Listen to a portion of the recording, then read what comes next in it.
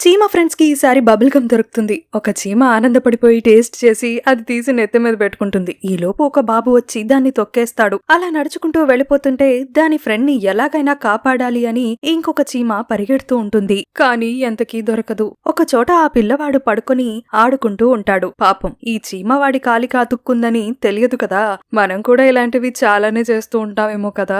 ఆ బాబు ఆడుకుంటూ కాళ్ళు ఆడిస్తూ ఉంటే దాన్ని ఫ్రెండ్ ని రక్షించడానికి ఆ పక్కనే ఉన్న మొక్క మీదకి దూకి ఎలాగైనా అందుకోవాలని ప్రయత్నిస్తూ ఉంటుంది. కానీ ఎన్నిసార్లు ప్రయత్నించినా అది దాని ఫ్రెండ్ ని రీచ్ కాలేక కిందే పడిపోతూ ఉంటుంది. ఒకసారి ఎలాగో పైకెక్కుతుంది. కానీ ఆ బుడ్డోడు కాళ్ళాడించే స్పీడ్ కి అది వెళ్లి ఇంకొక బూట్ మీద పడుతుంది. ఈసారి ఆడించడం ఆపి 2 బూట్లను కలిపి ఆ నిచ్చి తీస్తూ ఉంటాడు. దాని దెబ్బతో ఆ బబుల్ గమ్ రెండిటికి అంటి చివరికి నేల మీద పడతాయి. ఎలాగో బయటపడ్డాయని ఆనందిస్తాయి. మరిన్ని క్యూట్ లిటిల్ స్టోరీస్ కోసం కనిష్క కబుర్ని సబ్స్క్రైబ్ చేసుకోండి.